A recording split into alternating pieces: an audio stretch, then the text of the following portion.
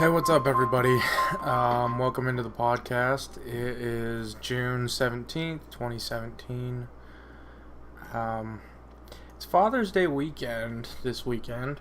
So that's what I'm going to do the podcast on for the majority of the time. Just wanted to touch on, congrats to the Warriors on winning the NBA championship. I was listening to a podcast by Bill Simmons yesterday where he had KD. He was interviewing KD, and I gained a little bit more respect for KD. I never hated him. I thought that the move to the Golden State Warriors was, I don't know. I didn't like it. But when he kind of explained, why he did it, that made it seem a little more like of a legitimate move, and I don't know if that's really it, or if he was saying this so that he doesn't come across like I just want rings, and but we have the ability to move around in the NBA, and I don't think he ruined the NBA. I don't agree with the people who think that his move to the Warriors was ruining the NBA. Simply because, as much as I didn't like the result of the finals, big LeBron fan, it was still just pretty great basketball to watch. I mean, you watch those Golden State whipping the ball around and just making these shots, and it's exciting basketball. You can't look away from it. And that's the same with Cleveland when they're playing well. A lot of the time, though, it was these ISO plays, and it was rough. Outside of that game 4, it was rough for them. Watching LeBron, he's just amazing. And every time he plays, I'm like, I want to see what he's doing. It was a hard finals. At the end of the day, LeBron, I think, is still the greatest. The rings discussion will forever be part of his legacy. His finals will be part of his legacy. But, I mean, you just can't compete with the competition he's facing now. And yes, Jordan played some great teams in the East, but a lot of the great teams in the East eliminated each other. And he never faced great teams out of the West. So, it is what it is. Basically, I don't think you can compare eras. One of the things that they were talking about on that podcast was, what would Scottie Pippen do if he entered the league, today? And he would shoot threes. He'd learn how to shoot threes. It's a 3-point league. I mean, the teams back then, they're just not competitive with the teams now because there's not very many true centers in the league. There's just guys who can run and gun, basically. 3-and-D guys. I am excited that basketball's over. It just seems like it goes on forever. And I'm excited for the draft. That's kind of the last big thing before the summer sports layover. I mean, I like baseball. I'm not a big fan of watching it on TV, but I will watch it on TV. I'll sit down and watch games. Baseball's not really exciting for me, especially because my team, the Braves, is not a very good team right now. Sometimes they show like a little promise, and I get excited, and then they lose the next 8 in a row or something. And it's awful, but it'll be interesting to see what happens with them, and hopefully in the future they'll be better. I'm kind of tired of coming in last in the division or second to last, especially after they had so many years where it was just dominance of the National League East. basically the summer for me is boring as far as sports go. I'm not a big fan of like following training camp stuff and summer workouts and everything like that. Come August, we get college football in gear. This year, BYU kicks off college football against LSU. So, I'm pretty excited about that. I mean, LSU's been down. They fired Les Miles, but I still think it'll be a pretty good game. I don't really know about how the team is. Honestly, I haven't been up on sports really as much as I'd like to be. Just been out of my element, I guess, as far as sports research and watching sports and caring about sports other than, basketball recently. Speaking, I guess that kind of segues into the next thing. So I want to talk about my dad. My birth father found out that my birth mother was pregnant, and he bounced. He was not having it. He was done with that idea. Didn't want to take care of the kid, and that forced my birth mother into a decision that she had to make because she would be on her own. Basically, that dude just is half my DNA, but I don't acknowledge him at all. I don't know his name. I don't know anything about him, and I don't care to. As long as I can remember, I was adopted at birth, so I've known one guy as my father. And from a very early age, I realized that he was such a great role model. My dad grew up kind of moving around quite a bit.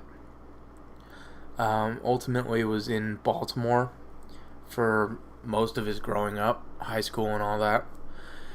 And he was pretty sick as a kid. He had some asthma things that were really bad. He ended up in like a sanatorium, I believe. I mean, that's something from the past that we never hear about those anymore. But he had to go somewhere completely away so that he could try and, get healthy. So he had these like health disadvantages, but that didn't stop him from loving sports. I know that I saw a picture of him. He's probably 4 years old with his football, and that was something that he loved, was sports. In high school, he played 3 sports. He wrestled, he played lacrosse, and he played football. It was back in the day when you could be a multi-sport athlete and there wasn't the politics of high school football involved or high school lacrosse or whatever. And so he played sports all year round. He wrestled, and that was kind of like the winter. He played football in the fall and lacrosse in the spring and summer. So even with all these health challenges that he had, he still played sports, and he was good at them. I when I was talking to him about football, I always had the idea that the game has changed. Players were smaller back then because they have. I mean, they were smaller. But my dad was like 5'8", 155 pounds, and he played on the offensive line. I was like, man, the offensive line was pretty small back then. My high school offensive line, they were all probably 260 plus and over 6 feet tall. All big boys. I was like, man, it was a different game back then. And I was like, he was pretty good. He must have been good because he won a football scholarship. It was like a scholar athlete scholarship. He gave it to the best football player, best athlete, whatever, in the county. And he won this being that size. And it never really clicked to me until I saw the article about the All-State, the All-State team, the Baltimore All-County, whatever. And I looked down, and I was looking at the other offensive linemen, 6'4", 265. Yeah. And then I realized he was the smallest offensive lineman in the county by far. And on the all-county team, he was the smallest player. I mean, there were running backs that were bigger than him. It was really cool because a couple of years ago, I was able to go back to Baltimore with him and my mom for his high school induction ceremony. He was inducted into his high school Hall of Fame. He'd been a pivotal part of that team that won the championship. It's the last time they ever won a football championship. I mean, so 1971 until 2014, they'd never won another championship. They had his picture and his team picture up in the hallway. That was really cool. I was able to meet his high school quarterback and the brother of the quarterback who also played the offensive line, and these guys towered over my dad. It was so funny. He went up to stand with all the inductees into the Hall of Fame, and even the ladies, the ladies who were being inducted in, they were taller than him. I mean, they were 6 foot, or they were taller. My dad shrunk a little bit though. He used to be 5'9", and I believe he's 5'7" now, and that's a result of playing football and just getting smashed. His head got smashed into his spine and compressed the cartilage, so he shrank 2 whole inches.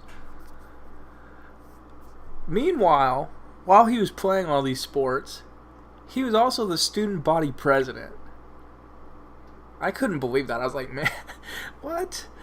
I mean, my dad's always been more of a reserved guy. My whole growing up, he's always been kind of a more reserved guy who was just fine with being in the background.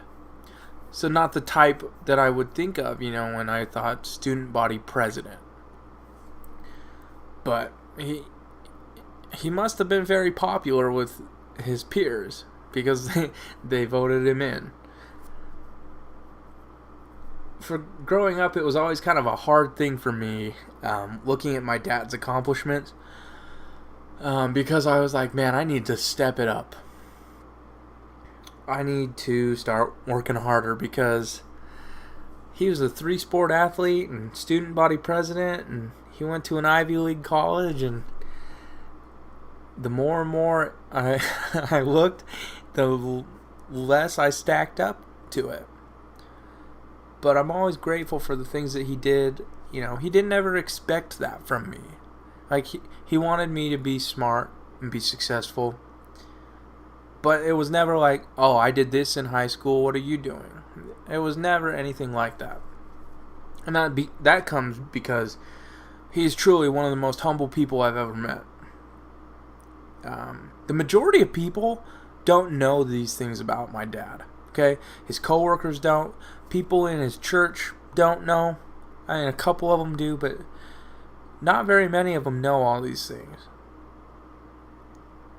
He doesn't talk about it. It's not a brag factor for him. That's why I get to. I love to. I love to tell people, I'm like, my dad's the greatest, because in my eyes he is. He applied at several universities on the East Coast, 2 of which, MIT and Cornell. I believe he applied at Dartmouth, a couple other Ivies. And he actually got into MIT. He was accepted to MIT.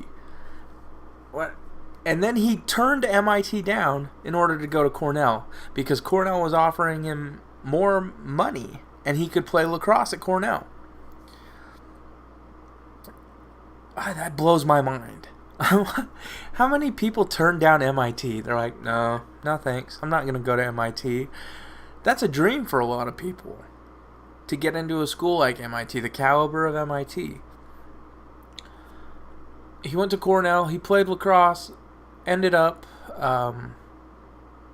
stopping lacrosse due to health challenges, and he was an electrical engineering major. He focused on that. He also met my mom in college, and so that kind of went away. You know, a lot of the other things that he'd been focused on. It was really neat because earlier, it seemed like all of our family vacations we headed back east. You know, I've never been to Disneyland. There's a lot of... I had never been to Florida until I went myself last year. We didn't go on vacations like that. We always went to, like, Maryland, Pennsylvania. You know, places where my dad grew up. We went for one of my sister's weddings. Just... one of the trips, I remember, we went to look at schools back east because I was interested in potentially going back east and going to school. So I looked at Johns Hopkins. I looked at Cornell as well. We went and stopped by, and it was fun because they were able to have that, you know, nostalgic walk through campus and, you know, reminisce about these different things that, you know, they hadn't been to Cornell in 30 years or longer. It was fun to see, you know, they're like, oh, that's the quad where Bill Nye would play Frisbee with his dog. I was like, you went to college with Bill Nye? And my mom's like, yeah, he was in my Shakespeare class. I was like, that's the coolest thing I've ever heard. Like, you know, I need to talk to you more. I need to talk to my parents more. Find out more about what's going on with them. Because they have all this huge wealth of knowledge. When I was at Johns Hopkins, right there in Baltimore, there's the Lacrosse Hall of Fame, the National Lacrosse Hall of Fame. And I was big into lacrosse at the time. I was really interested. I watched college lacrosse. I followed it really pretty in depth. And we went to the Hall of Fame. And we walked through the Hall of Fame and saw these pictures. And my dad was like, oh, there's my coach. There's my coach, Richie Moran. It was a Hall of Fame. I think he won the third most games out of anybody in college lacrosse.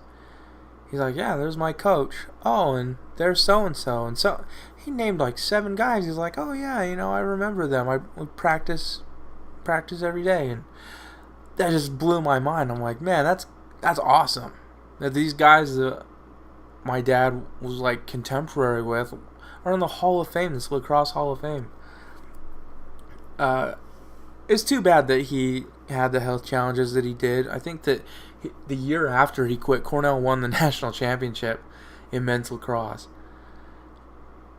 It was really neat to see like him be excited about that. Obviously, it was a chapter of his life that had passed. And he's never one to be like, oh, well, you know, I could have been this if this hadn't been the case. Those are the worst. Those are the worst kind of people, I think, when, you know, I could have gone pro if, you know, I just had this or I hadn't hurt my knee. And like I said, it goes back to the humility thing and just being a humble guy. One of the things, I guess, that I love most about my dad is he is so selfless. He's willing to do what he needs to do to help other people, to serve other people, and he doesn't expect anything out of it. He just genuinely does it. I see this a lot in his church callings that he has, and just different things like that. He and my mom were always willing to like go and help clean the church. No one wants to do that. No one wants to vacuum the church, especially on like a Saturday morning. There's like other things you want to be doing, but they're like, no, you know, we're part of this congregation. That should just be something that they do. They would go down to the church welfare center. They have like a cannery. They have like a dairy processing thing, and they would volunteer each month and do that. They didn't have to do that. There were plenty of people in the little ward that they could have done it. But my dad always would take time off of work to go do it. Or, he would make time. They serve everybody. My dad is just, he's smart. So he knows a lot of things, and he's willing to help. There was a kid that I went to high school with who was struggling in college math and calculus class. And he asked my dad, he's like, can you help me out with this? And I didn't know about this. I came home one day, I was like, oh, hey man, you're at my house. What's going on? And my dad was willing to help him. And, try and do his best to figure out, how can I help you understand this math? He did that with all my sisters. My sisters are all really smart. But there was a big part of it. My dad helped a lot. My dad helped me with math. And I hated it. We butted heads because I didn't think the way that he thought. I don't. Especially with math. And we would just butt heads because he's like, the solution is right here. This is how you get to it. And I'm like, I'm not seeing how you get to the solution. He's very patient with me all the time. He would sit there and, hours of working on trigonometry, and just, it was tedious, but he was willing to help me. And even when I got to college, I went home from college on weekends, and he helped me with calculus because it was killing me. I was like, this is the hardest thing ever. And he helped me pass the class. And didn't expect or pay me for my tutoring, because I could have gone to the university tutor and, paid money or paid someone to help me, but he was always willing to. He's always been very generous with his money. He's done very well for himself. He's smart like that. He understands the value of money and what that does. And for him, having this money was a means for helping his kids. Countless times he's helped all of us. Sometimes I feel like he's helped me more than any of them, and that kind of makes me feel bad. But he has been such a great dad for me in that aspect. He doesn't ask. He just will do it. Your car needs to be fixed? Alright, we'll fix it. And it's really interesting because I genuinely feel like it's just something that he wants to do. I'm not begging him or anything like that, and I'm so grateful for it because there's not a lot of people who are in that situation. I got through college debt-free. I got a bachelor's degree, and he paid for my whole education. And I look back and I'm like, man, I was kind of ungrateful. I didn't want to go to college and in some semesters, and he basically told me, you gotta go. You gotta finish. And all I could think was, how this is ridiculous. You're paying for my college, and so you're dictating when I have to go and how many classes I gotta take. And looking back, I'm like, boy, I'm sure glad that you did, because I don't know what I would do with thousands of dollars of student loans.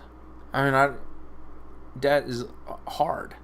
Debt's really hard to get out of, especially if you don't get a job after college, which I didn't. I got into a major that didn't provide a job for me. I was always grateful for the times that he would share moments with me. He understands the gospel's not a big thing in my life. The church is not a priority for me. And yet he would always share these, spiritual wisdom, things that he had read, things that I should think about, and he was never pushy about it. And I always appreciated that. Or the times that he was willing, him and my mom, just to letting me know, like, we're praying for you. We're praying for your success. And I think a lot of, I'm kind of torn. I'm kind of torn with the religion thing. It's hard for me. But I feel like having someone in your corner like that really helps. Whether you believe in the power of prayer or God or whatever it may be, there's something very real about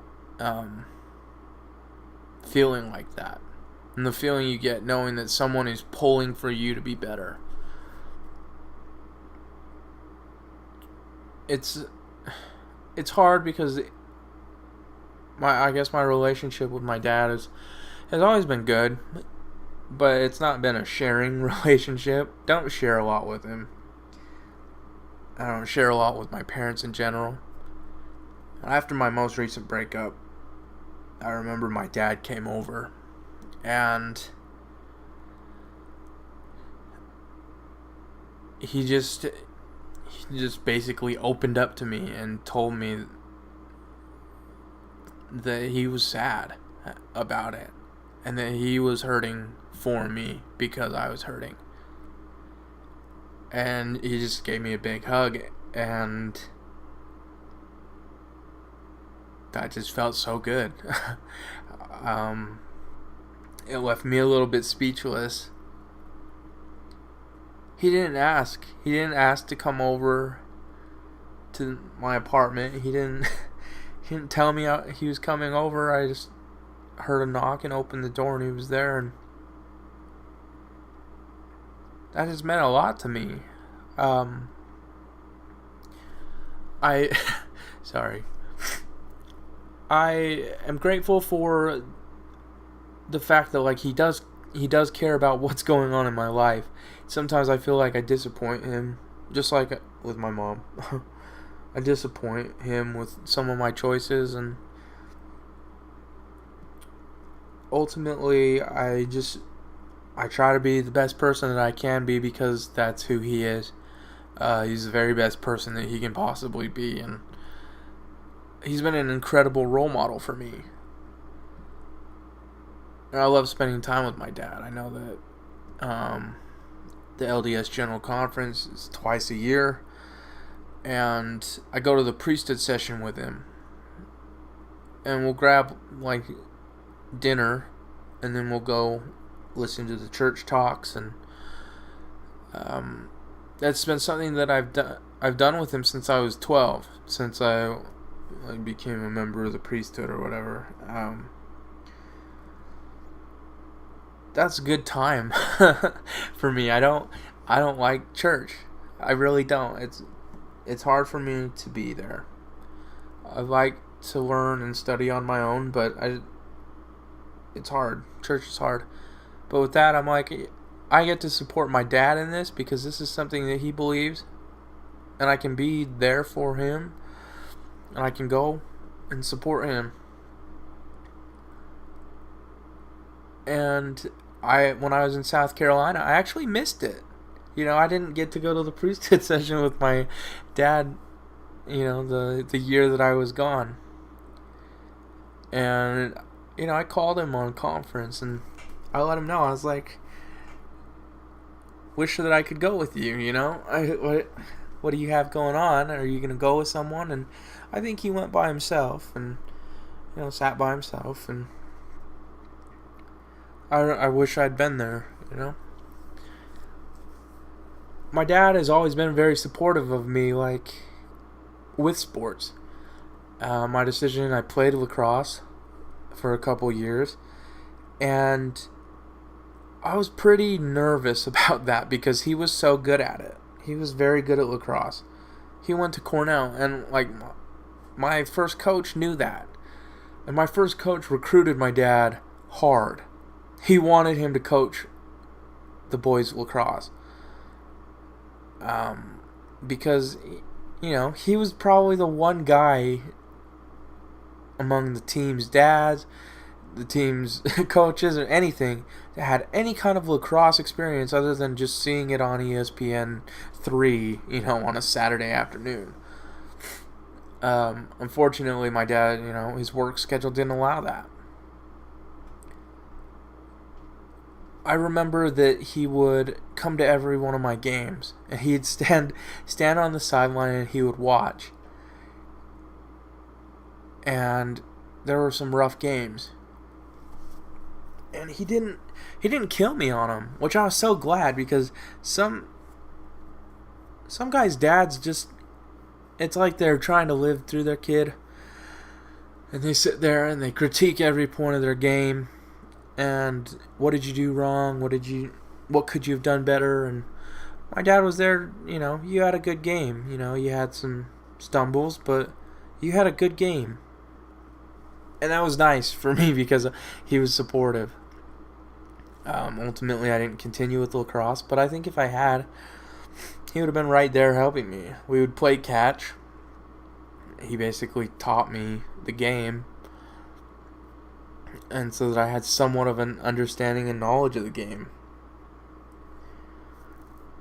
He's been supportive with things like music. He'd come to all the piano recitals and everything like that, and he was always supportive of everybody in my family to the best of his abilities. And that kind of leads me to the other part. He works so hard. He's always had jobs that have been time consuming. He worked for Intel. When he worked for Intel, he traveled all the time. I mean, he'd be gone for like 3 weeks. He'd go to Korea for 3 weeks. He'd come home, a month later he was in Malaysia for a week. He went all over the place. Thailand, it was mainly Asia. Thailand, Singapore, Malaysia, Korea, China.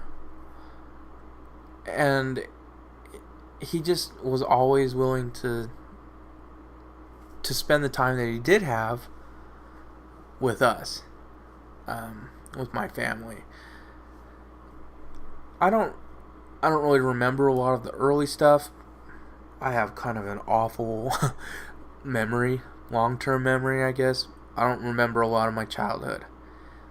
I don't remember things that go on, but just things that I've been told to me by my siblings. He was in a leadership position in the church for a while, and he was working crazy hours, and they were making him pull extra hours. He wasn't even a manager or anything, but they made him work like he was. So they didn't, he didn't get a lot of home time necessarily all the time. But when he did, he spent it with us. And I've always been grateful for how hard he's worked. I think that his work ethic has been instilled into mine. Because I understand if you want something, you have to work for it. You have to work hard for it. And it's fun to talk to him about that kind of stuff, like the 401k and investments and things like that, because he's done well and he has a recipe for success. My parents have, they've been pretty modest with everything. He owns everything. He bought a brand new car. This is in 2008. He bought a brand new car, and they're like, well, we can't take the whole amount. So he paid a down payment on it, and then a week later, he paid the rest with a check. When we moved to Utah, we'd sold the house in California. He bought this house cash. I've just always been amazed at that. That's not the mold that happens these days. Debt is essentially inevitable for most people. And, it didn't always start out perfect like that. My parents had debt at one point, but they saved and they pinched pennies, and my dad worked hard, my mom worked hard around the house to just make it possible, and they got out of debt. And that's been awesome to me. I'm like, boy, I need to work on that. I need to be more like that and not as impulsive and not buy as many shoes, I suppose. It's interesting to me when I do talk to my dad about finances that he's happy with where he is. He is happy working. He's getting ready to retire in about a year and a half, and I'm excited for him. I think he needs a break. I think that the biggest thing that I learned from my dad is how to treat other people. My dad has always treated everyone with the utmost respect. I can't ever remember him raising his voice to my mother. He was firm with myself and my siblings. He was never mean. He's always very respectful of everyone. From he'll make conversation with the cashier at the grocery store. He will talk to anyone, and he's very kind. And I think people respond to that, because I've seen some people that have been kind of grumpy, and as soon as my dad starts to talk to them, their whole demeanor changes, and they like open right up and they start chatting, and I'm like, that's amazing, man. Like, you just broke down that ice wall that they had up. My dad has never been confrontational with anybody. I don't think he's ever gotten mad like at anybody. He gets firm, and you don't cross that. He'll be very stern. I've been on the receiving end of that before. But he does it in such a manner that it's great.